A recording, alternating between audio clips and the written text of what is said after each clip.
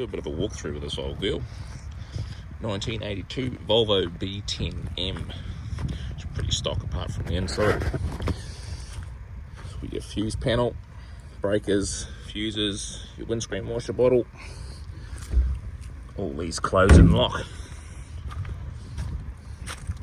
There's our engine just on the side there. That is our freshwater tank up at the top.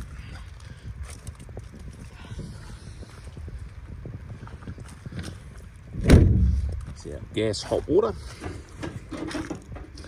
I find this works better if you leave it open when you use it, but once you're running for a while you can close her up.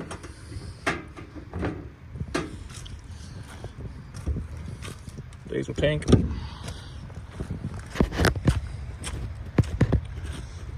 Body's in pretty good nick, really. Rubbers around the windows are starting to get a bit tired, but it's only a problem if you let leaves and everything occur up in the gutters. You keep them clean, and depending on how you park her, no water runs down them.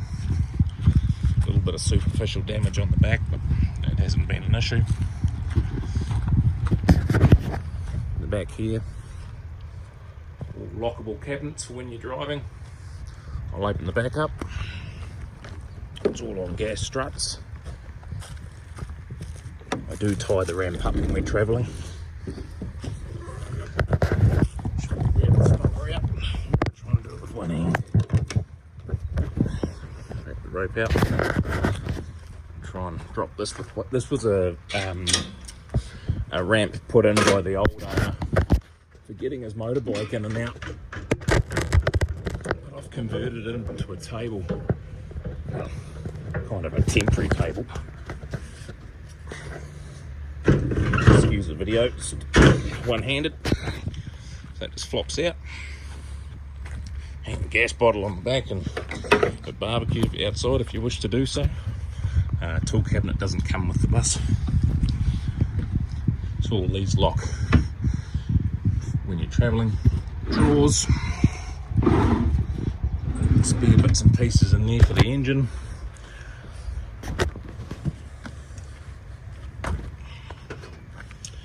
Up along the side,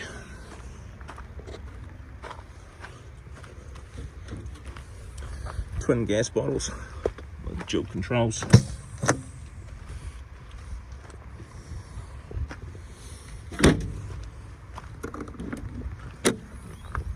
Here's our power station, 3000 watt inverter.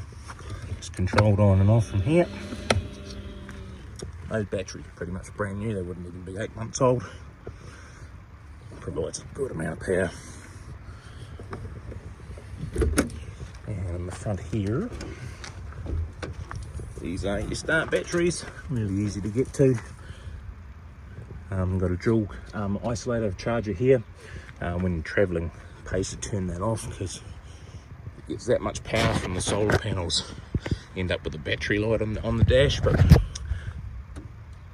turn that on and off from there. Big 25 metre house lead, our air dryer and our oil. And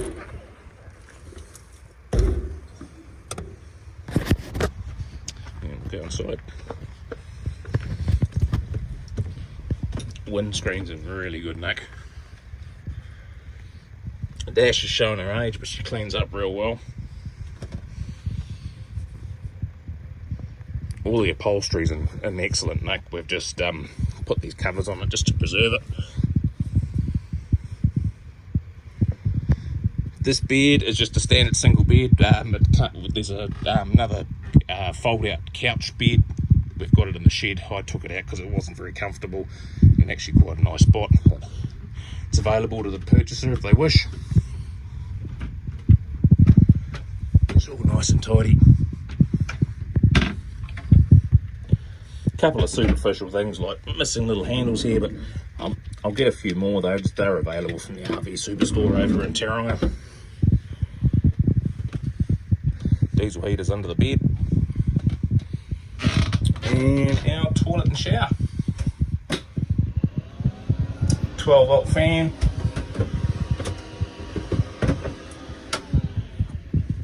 Haven't really used it much, to be honest.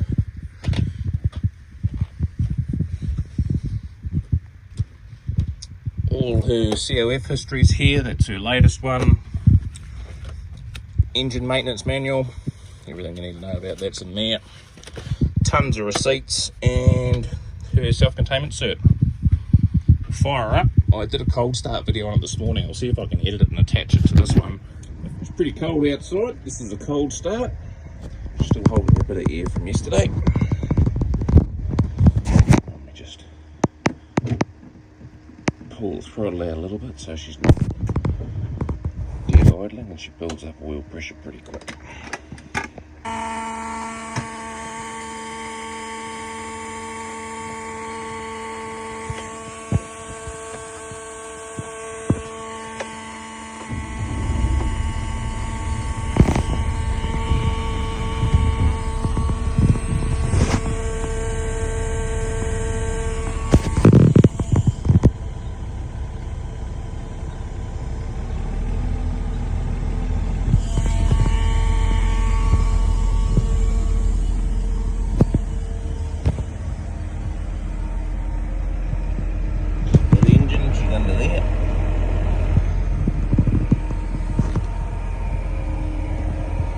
Diesel heater cranking. Here's our main oscillator. We always just pull the throttle out a little bit so she gets a good oil pressure pretty much instantly. She holds air real well. You do a bulb check. Everything's there. So that one there is our oil pressure.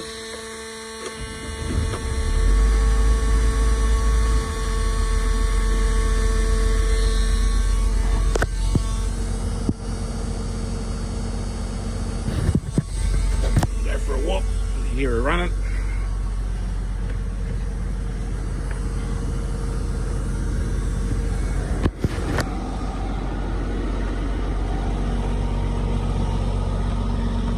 Oh, cassette toilets here too.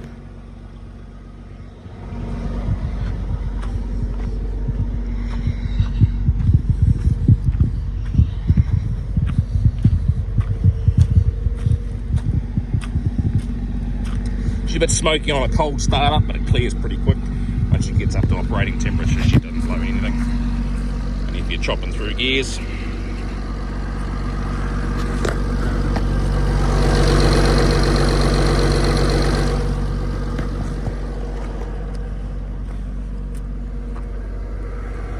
there she is. Any questions, feel free to get in touch.